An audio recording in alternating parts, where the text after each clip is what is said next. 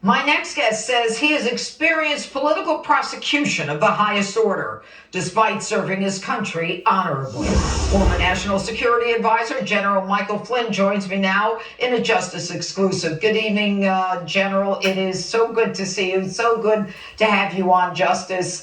We are very, very happy to have you on and very pleased with your pardon. Let me get right to it.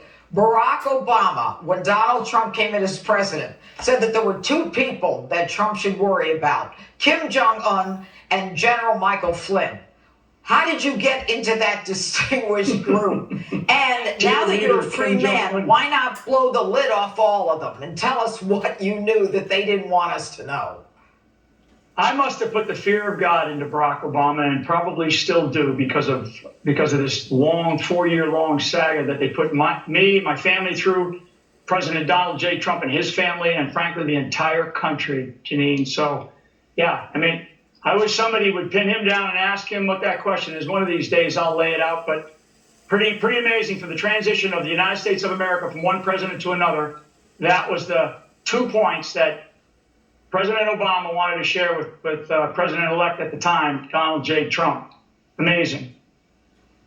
But and you can't like give us an idea, an inkling. So many of us were cheering for you. I mean, what was it that why did they want to stop you? Why Judge Emmett Sullivan?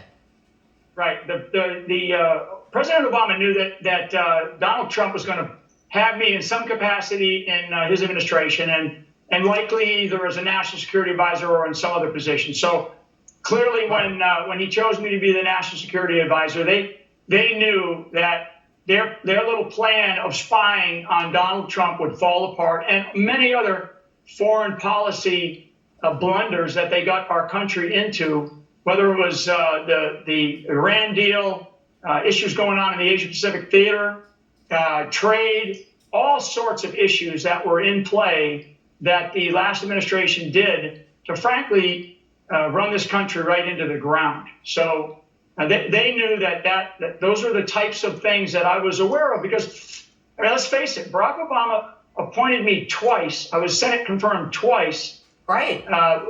During the time I was in the military. And so, it's amazing that that would be what he would focus on during the transition for the United States of America. It's outrageous, actually. It's unbelievable. Let me ask you, Sidney Powell. I mean, you know better than anyone else about Sidney. She doesn't give up. She is now involved in the presidential election. She's talking about all kinds of fraud. Do you think that she's onto something? Yes, absolutely. And I call Sidney Powell America's guardian angel of justice. Her client, so Sidney Powell's client, are the people of the United States of America, and that's who she is fighting for right now.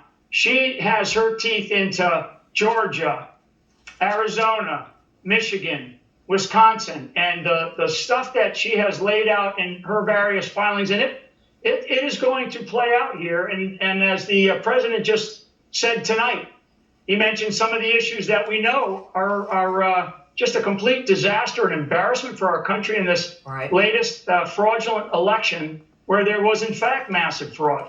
I mean, it's just incredible. We have to take and stop all engines right now, and all these governors, all these quote-unquote leaders of their states, they have to take responsibility and do something right now to stop what they're doing, do not certify these elections, and basically go back and do a far more detailed technical mail ballot and signature audit, instead of just saying to the American people, hey, nothing to see here, we're just going to continue to move on to an inauguration. I'm sorry.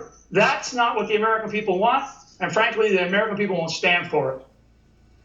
Last question, General. Through all of this, your wife, Lori, has been described as both the real hero and the biggest victim.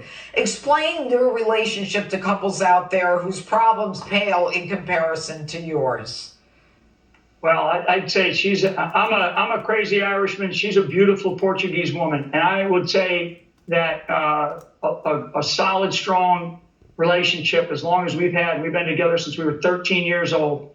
It's hard work. Wow. But it's a lot of fun together. And I would just say I would not be here today. She's my absolute rock. And she's the foundation upon which I and my family and our extended family stand on. She's that strong. All right. General Micheal Flynn, God bless you. Thanks so much for being with us. We'll be back in a moment.